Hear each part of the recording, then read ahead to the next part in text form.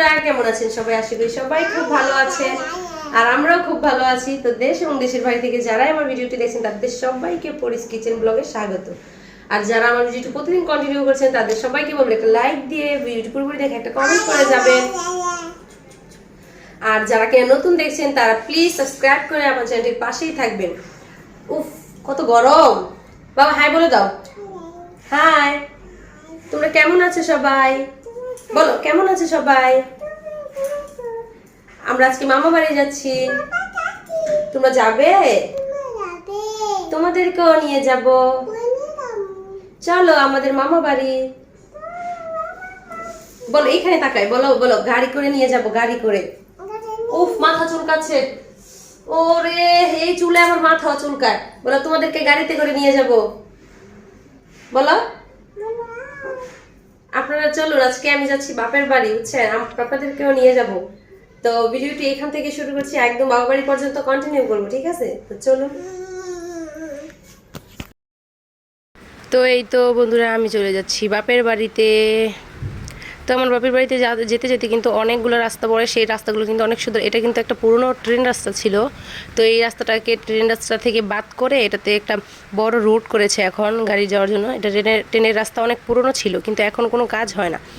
তো এই দিক দিয়ে আসার পর আমাদের একটা গুদারা পার হতে হয়। তো গুদারা পার হওয়ার জন্য আমি ভাবছিলাম একবার ফেরিতে উঠবো, কিন্তু ফেরিতে অনেক টাইম নিচ্ছিল, এর জন্য ফেরিতে আর উঠি নাই।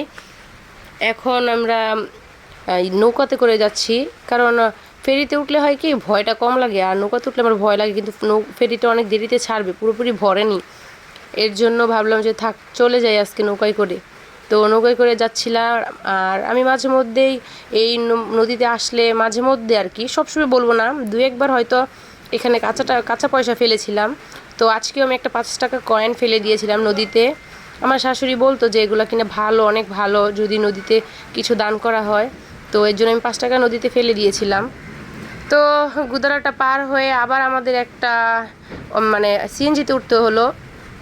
তো সিএনজি থেকে আমাদের কিন্তু 2-3 বার গাড়ি পাল্টাতে হয়। যেমন প্রথমে একটা অটো করে আসি গুদারা পার হওয়ার জন্য, গুদারা পার হই মানে নৌকা করে, তারপর আবার সিএনজিতে উঠি। তো এই তো এই সিএনজি মানে নেমে তার থেকে আবার ওভারব্রিজ পার হয়ে তারপর আবার সিএনজিতে উঠে তারপর আমার বাসার সামনে। তো আমি কিন্তু এখন লাস্ট সিএনজিতে উঠে গেছি। এটা কিন্তু একদম আমার বাসার কাছেই। আর আমি আমার বাসার কাছাকাছি রাস্তায় যখন চলে এসেছিলাম তখন কিন্তু আমার খুব আনন্দ লাগছিল, আর মনে হচ্ছিল এই তো আমি আমার বাপের বাড়িতে চলে আসলাম। তো এইদিকে কিন্তু সত্যি সত্যি বাপের বাড়িতে চলে আসছি। আর আমার শ্বশুর বাড়ি থেকে বাপের বাড়িতে আসতে প্রায় 1 ঘন্টা 20 মিনিট এরকম একটা টাইম লাগে, খুব কাছাকাছি আমরা। তো যখন বাপের বাড়িতে চলে এসে দেখছি বাবার ঘর, বাবার বাড়ি, তখন কিন্তু মনে অনেকটা শান্তি লাগছিল। আর যখন ঘরে ঢুকলাম তখন তো আরও বেশি ভীষণ ভালো লাগছিল। আর আমার মেয়েটাও কিন্তু অনেক খুশি হয়েছিল তার দাদুর বাড়িতে এসে। তো সব মিলিয়ে কিন্তু আমার মনটা অনেক ভালো ছিল। বলেছিলাম কিছুদিন আগে আমার মনটা খুব খারাপ ছিল, যখন বাপের বাড়িতে আসলাম তখন কিন্তু মনটা অনেক ভালো হয়ে গিয়েছিল। আর বাড়িতে এসেই দেখি অনেক অন্ধকার করে আসছিল, মানে বৃষ্টি হবে। তো আসার পরপরই কিন্তু বৃষ্টি প্রায় পড়ে যাচ্ছিল, ফোঁটা পড়ছিল। তো আমার মা মাটির বাড়িঘর, তো মা একটু গুছিয়ে গাছিয়ে নিচ্ছিল। তো আমাদের ঘর পাকা হলেও উঠান বাড়িঘর তো সব মাটিরই, এগুলো একটু ঢেকে ঢুকে রাখতে হয়, না হলে বৃষ্টির কারণে মাটিগুলো কেটে কেটে যায়। তো আমাদের এখানে এখন মাটি পাওয়াটা অনেক কষ্টকর। আগে তো খেতে খামার থেকে মাটি আনা যেত, কিন্তু এখন আর মাটি আনা যায় না। এখন বাড়ি থেকে একটা মাটি চলে গেলে সেটাই অনেক লস হয়ে যায় আর কি। তো যাই হোক, এখানে এসে দেখি মা রান্না করে রাখছে, ওই যে ক্ষেত থেকে তুলে এনে রাখছে, হেঁচি শাক রান্না করে রাখছে, এখানে সরষা দিয়ে পাবদা মাছ রান্না করেছে, মুরগির মাংস রান্না করেছে, তারপর কাঁচা আম দিয়ে ডাল রান্না করেছে। আমার সবগুলো পছন্দের খাবার আমার মা তৈরি করে রেখেছিল। আর মা বলতে কিন্তু সন্তানের মনের খবর সব কিছুই বুঝে, তাই না? তো আমার মা কিন্তু সেই সব কিছু বুঝে আমার মন মতন পছন্দসই রান্নাগুলাই করে রেখেছিল। আর এখানে আমি খেতে বসবো কি, আমার মেয়ে এসে দেখুন, সে বলতেছে মা খাবো খাবো, কিন্তু সে কিন্তু খাওয়ার নামে ঠন, বুঝছেন? সে কিছুই খেতে চায় না, এরকমই সে। তো এখন খাওয়া দাওয়া করবো, দুপুরের খাওয়া দাওয়া করে তারপর আপনাদের সাথে আবার কথা বলবো, ঠিক আছে? খেয়ে নেই, প্রচণ্ড খিদা পেটে। তো সকাল সকাল খেয়েই বের হয়েছিলাম, তো এখন দুপুরের খাবার খাবো। তো চলুন খাওয়া দাওয়া করে তারপর আপনাদের সাথে কথা বলছি। তো আসলে বন্ধুরা এসে খাওয়া দাওয়া করে অনেক টায়ার্ড লাগছে, দেখছেন আমার মানে চেহারা টেহারা কীরকম লাগছে দেখতে। তো আমার ভিডিওটা আর কন্টিনিউ করছি না, এই পর্যন্তই রাখছি।